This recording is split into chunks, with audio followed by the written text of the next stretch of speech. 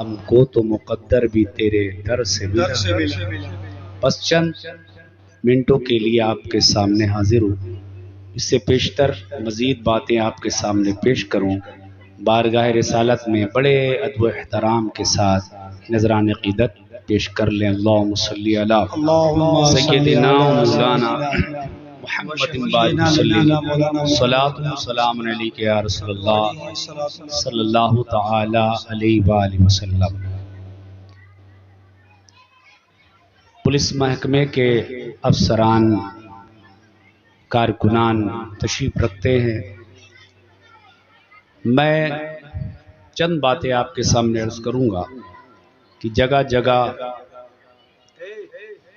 نبی کریم صلی اللہ علیہ وآلہ وسلم کے تذکرے ہو رہے ہیں۔ دنیا کا کوئی گوشہ، کوئی خطہ ایسا نہیں ہے جہاں پر ہمارے نبی کا تذکرہ نہ ہو رہا ہو، کیونکہ آپ کا تذکرہ خود اللہ تبارک و تعالی نے فرمایا وَرَفَعْنَا لَكَ ذِكْرَكَ، سبحان اللہ، محبوب ہم نے آپ کے ذکر کو بلند کر دیا ہے۔ اس بلندی کا حال یہ ہے کہ آج جو لوگ تہ تیغ ہیں اور جو تمام جدید آلات کے نشانے پر ہیں، وہ بھی اللہ رسول کا تذکرہ کرتے ہیں، وہ بھی تذکرہ کرتے ہیں، اور تذکرہ کرتے کرتے ماحول کی شگفتگی یہ بتاتی ہے 1400 سال ہو گئے مگر نبی علیہ السلام کا جو ذکر جگہ جگہ ہوتا ہے تو پھر ماحول کی شگفتیاں کہتی ہیں لگتا ہے کوئی کل ہی گزر کے گیا ہو۔ زمین سے آسماں تک ہے، آسماں سے لامکاں تک ہے، کہاں کھولے تھے گیسو یار نے خوشبو کہاں نبی علیہ السلام کے ذکر سے ہم اگرچہ دب جائیں، ہمیں کچلا جائے، مارا جائے، بے جا تکلیفیں پہنچائی جائیں، پھر بھی نبی علیہ السلام کے ذکر سے دل میں ٹھنڈک محسوس ہوتی ہے۔ روح تک آپ کے نام کا اثر اتنا زیادہ، اتنا مبارک ہے کہ روح تک اس کا اثر پہنچتا ہے، اور صحیح ڈھنگ سے حضور علیہ السلام کا ذکر کیا جائے، سنا جائے اور نام لیا جائے تو زبانوں پر ایسی چاشنی آتی ہے تو پھر ختم ہی نہیں ہوتی۔ اسی لیے کسی نے، انور مسعودی نے کہا تھا کہ ان کا نام لبوں پر آئے، میٹھا میٹھا منہ ہو جائے، ان کے بول بہاروں جیسے اور اصحاب ستاروں جیسے، ان سے پیارا اور نہ کوئی، ان سے بچھڑ کر لکڑی روئی، جب وہ سیر کو جایا کرتے سر پہ بادل سایہ کرتے۔ نبی علیہ السلام کے ذکر سے ہمیں سکون ملتا ہے۔ آج جتنے بھی ممالک ہو، کہیں بھی ہو، کہیں بھی ہم گرتے پڑتے ہیں تو حضور علیہ السلام کا نام لیتے ہیں تو پھر ایک زندگی ہماری مسکرا پڑتی ہے، اور ہم اس خوش بختی پر ناز کرتے ہیں کہ ہمیں کسی اور کا دامن نہیں، ہمیں محبوب خدا کا دامن ملا ہے۔ رسول اللہ صلی اللہ علیہ وسلم سے ہم نے محبت کی ہے، ذرا غور کریں، ہمارا محبوب کوئی دیوانہ، ہمارا محبوب گلیوں میں پھرنے والا کوئی نہیں ہے، ہم جس سے محبت کرتے ہیں وہ محبوب خدا ہے۔ ہم اپنا انداز زمانے سے جدا رکھتے ہیں، ہم اپنا معیار زمانے سے جدا رکھتے ہیں، ہم تو محبوب بھی محبوب خدا رکھتے ہیں۔ نبی علیہ السلام کے ذکر ہم کریں گے بار بار، چاہے دنیا سے ظاہراً ہمیں ختم کر دیا جائے، پھر بھی نام نبی اور حضور علیہ السلام کا تذکرہ کبھی ختم نہیں ہوگا۔ حضرات کیوں نہیں ختم ہوگا؟ کیونکہ حضور علیہ السلام کے ذکر کو رب نے بلند کیا ہے، اور حضور علیہ السلام کے ذکر سے وہ ہمیں جو چاشنی ملتی ہے، حضرت امام شافعی رحمت اللہ تعالی علیہ ارشاد فرماتے ہیں کہ میرے رسول کا تذکرہ کرو، میرے نبی کی باتیں کرو، رسول اللہ صلی اللہ علیہ وسلم کا تذکرہ کرو، کیونکہ آپ کا تذکرہ کستوری کی طرح ہے، جو جو اس کو چھیڑتے جاؤ گے خوشبو پھیلتی جائے گی۔ اللہ اکبر، کیوں نہ کیا جائے؟ نبی علیہ السلام کے ذکر سے ٹھنڈک اس قدر پہنچتی ہے کہ شاعر کہتا ہے مضطرب سے کہہ دو کہ چھیڑے ذرا اس جان تمنا کا قصہ، مضطرب سے کہو کہ چھیڑے ذرا اس جان تمنا کا قصہ، فرقت کے بھیانک لمحوں میں کچھ دل کو سہارا مل جائے۔ نبی علیہ السلام کے ذکر سے یقیناً بہت زیادہ ہمیں خوشی میسر ہوتی ہے، اور عاشقان رسول کے چہرے تو کھل جاتے ہیں۔ اور جز جز میں خوشی و مسرت و شادمانی کے جو آثار ہے وہ چہروں پر نمایاں ہو جاتے ہیں. اور اسی لیے کیونکہ جب مولانا روم رحمت اللہ علیہ لکھتے ہیں کہ جب مجنوں کو کسی نے دیکھا تھا کہ وہ دریا کے کنارے ریت پر وہ لیلا لیلا کثرت اور تکرار کے ساتھ لکھ رہا ہے، پوچھا گیا مجنوں سے کہ بار بار لیلا کا نام کیوں لکھتے ہو؟ تو اس نے کہا کہ جب میں اپنے لیلا کا نام لکھتا ہوں تو دکھی دل کو سکون مل جاتا ہے. مولا روم فرماتے ہیں کہ اگر مجنوں لیلا کا نام لکھے تو اسے سکون ملتا ہے، تو پھر اگر امتی حضور کا نام لے تو اس کو سکون کیوں نہیں ملے گا، اس کے دل میں تسکین کیوں نہ ہوگی؟ اس لیے ہم حضور علیہ السلام سے بے پناہ محبت کرتے ہیں، اور یہ محبت کرنا یقیناً ہماری نجات کا، ہماری بخشش کا ذریعہ ہوگا. حضرات میں عرض کروں گا کہ آج ہم اکٹھا ہوئے ہیں، ہم میں بہت سے لوگ ایک دوسرے کو جانتے نہیں، پہچانتے نہیں، ایک بھیڑ لگی ہے، لوگ اکٹھا ہوئے جلسے میں. کس وجہ سے اکٹھا ہوئے؟ کس وجہ سے؟ صرف ایک ہے، وہ محبت رسول کی بنیاد پر آئے. ہم ایک دوسرے کو زیادہ جانتے پہچانتے نہیں. بہت سے شعرا آئے جو پہلی بار آئے ہیں، مگر آپ کشاں کشاں کھچے چلے آئے ہیں. کیوں؟ صرف محبت رسول کی بنیاد پر آئے ہیں. اسی لیے کسی نے کہا تھا کہ محمد کی وساست سے محبت تیری میری ہے، محمد کی وساست سے محبت تیری میری ہے، اصل محبت ان کی ہے، نہ تیری ہے نہ میری ہے. یہ جو کچھ بہارے ہیں، یہ چمن میں جو کچھ ہے، کسی مسلمان سے محبت ہے تو یہ کسی اور وجہ سے نہیں، یہ محبت رسول کی بنیاد پر ہے، ایمان کی بنیاد پر ہے، یہ اسلام کی بنیاد پر ہے. تو آج ہم محبت کرتے ہیں حضور علیہ السلام سے، مگر دنیا کا ایک دائیہ ہے، ایک ضابطہ ہے کسی سے محبت کرنے کا. بعض لوگ کسی سے محبت کرتے ہیں تو ظاہر سی بات ہے عمومی طور پر لوگ کسی سے اس لیے پیار کرتے ہیں کہ اس نے وہ محبت کرتا ہے. دائیہ کیا ہے، ضابطہ کیا ہے دنیا کا کہ وہ پیار کرتا ہے تو پھر حل جزاء الاحسان الا الاحسان کے تحت اس سے ہم بھی پیار کرنے لگ جاتے ہیں، چلو یہ کرتا تو ہم بھی کریں. اگر یہ دائیہ اور ضابطہ ہے کسی سے محبت کرنے کا تو پھر میرے نبی سے محبت کرو کہ ان سے بڑھ کر کسی نے امتی کو پیار نہیں کیا، کسی انسان کو پیار نہیں کیا. اس نبی سے محبت کرو جس کی جب پیدائش ہوئی نبی علیہ السلام تشریف لائے، رب کی تحمید بیان کی، رب کی کبریائی بیان کی، رب کی تقدیس بیان کی، اور رب کی بارگاہ میں سجدہ کر کے کہا رب حبلی امتی، رب حبلی امتی، یا اللہ میری امت کو میرے حوالے کر دے. ابھی نبوت کا اعلان نہیں کیا ہے، مگر حال یہ ہے آتے ہی اپنی امت کی خبرداری کر رہے ہیں، خبرگیری کر رہے ہیں، اپنے امتی کو یاد کر رہے ہیں، اور پھر کہہ رہے مولا میری امت کو میرے حوالے کر دے.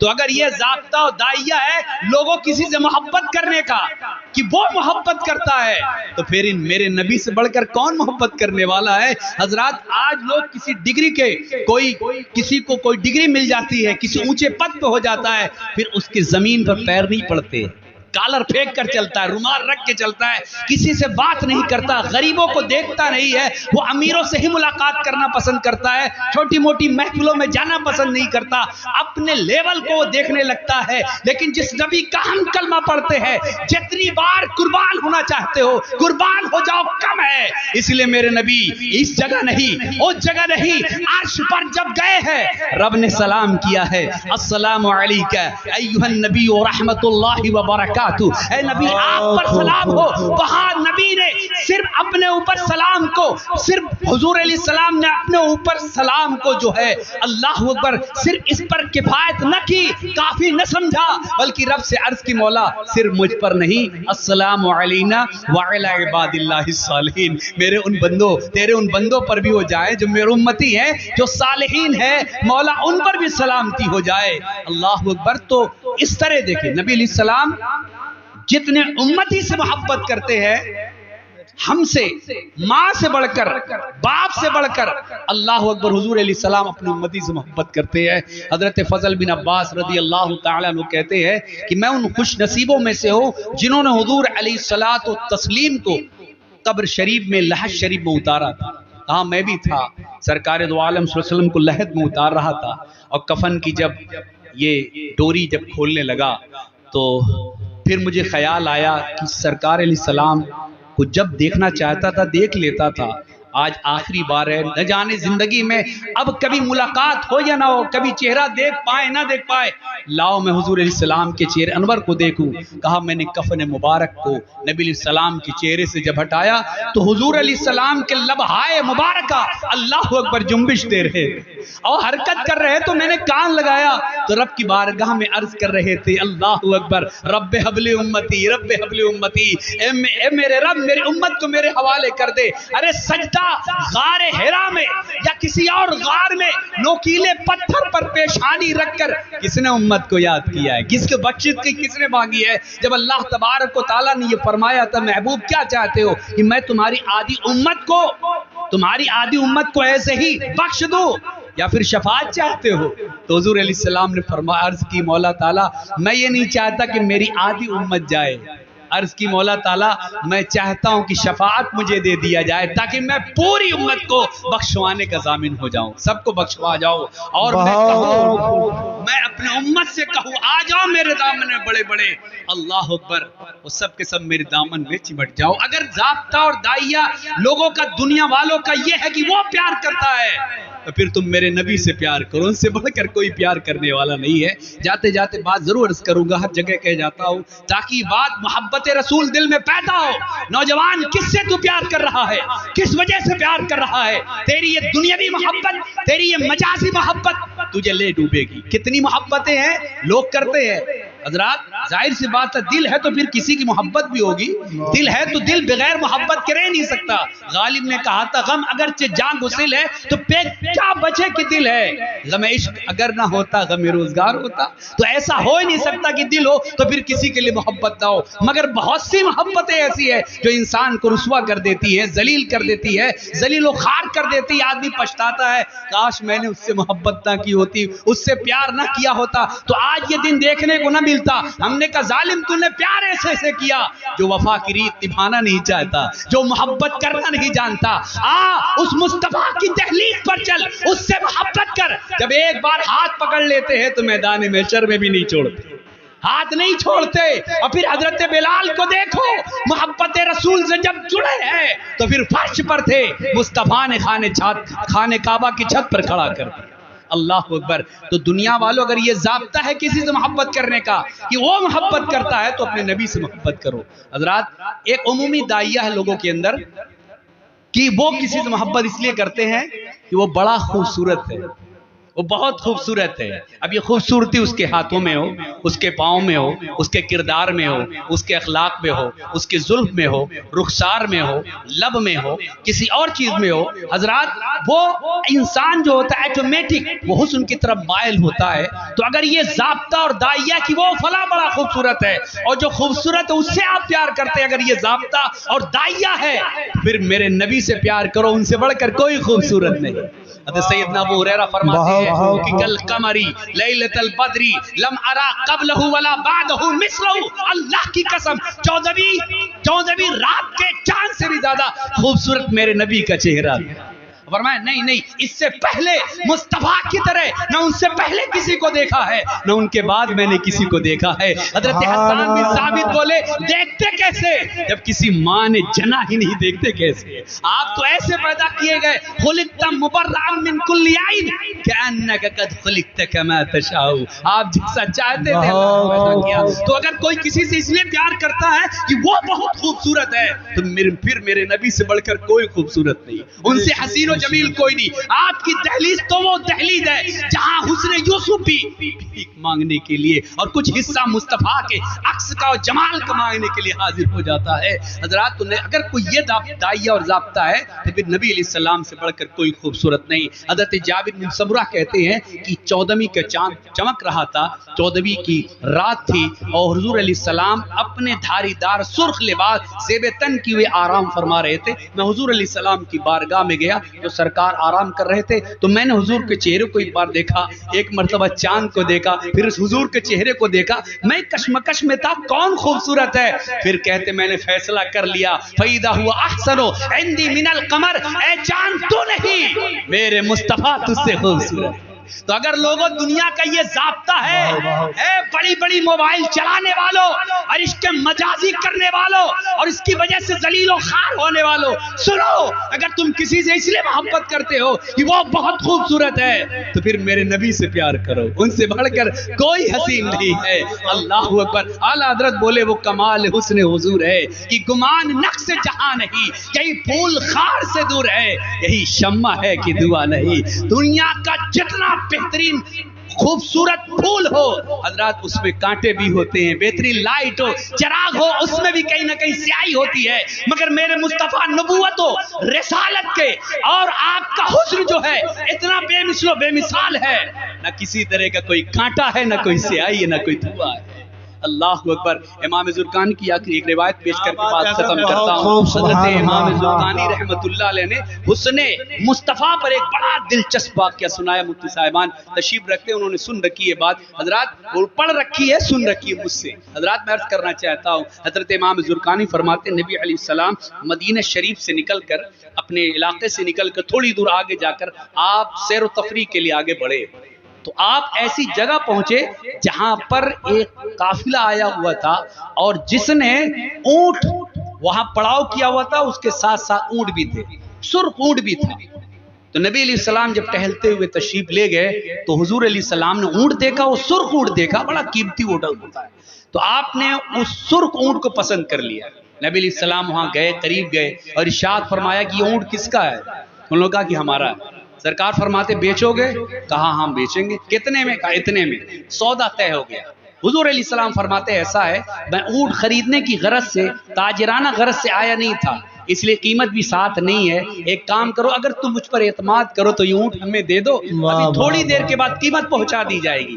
کہنے لگے ٹھیک ہے، ہم آپ پر بھروسہ کرتے ہیں، آپ لے جائیے۔ نبی علیہ السلام نے اس کو نکیل پکڑی اور اس کو لے جانے لگی۔ امام زرقانی فرماتے جب تک حضور علیہ السلام ان کی نگاہوں کے سامنے تھے وہ سب ٹکٹکی باندھ کر دیکھ رہے تھے، اور جیسے موڑ کاٹا اور آپ ان کی نگاہوں سے اوجھل ہوئے تو سب جیسے بے ہوش تھے ہوش میں آ گئے، سکتے سے باہر نکل گئے۔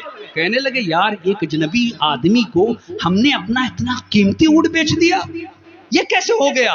اس کا ہم نے نام نہیں پوچھا، پتہ نہیں پوچھا، جبکہ ادھار دینے کا طریقہ یہ ہے، دکاندار اچھی طرح جانتے ہیں، ہم بھی اور آپ سب جانتے ہیں کہ اگر ادھار کسی کو دیا جاتا ہے تو تین باتوں میں سے ایک بات ہونا ضروری ہے، وہ یہ کہ اگر ادھار دے رہے ہیں تو پھر آپ اس کو پہچانتے ہو، یا بیچ میں کوئی ضامن ہو، یا پھر اس نے کوئی چیز گروی رکھی ہو۔ ان تینوں میں سے ہم نے کچھ نہیں کیا۔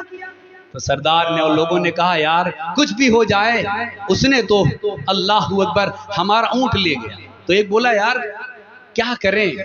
جب وہ گفتگو کرتے تھے تو لبوں سے پھول جڑتے تھے۔ اذا تکلم روح کنوری یخرج من بین الثنایا، نبی وہ جو آئے تھے خریدنے، وہ جب بات کرتے تھے تو لبوں سے پھول جڑتے تھے۔ ایک بولا کہ جب وہ بات کرتے تھے تو وہ سامنے والی دیواروں پر حضور کے اس آنے والے کے نور کے عکس پڑا کرتے تھے۔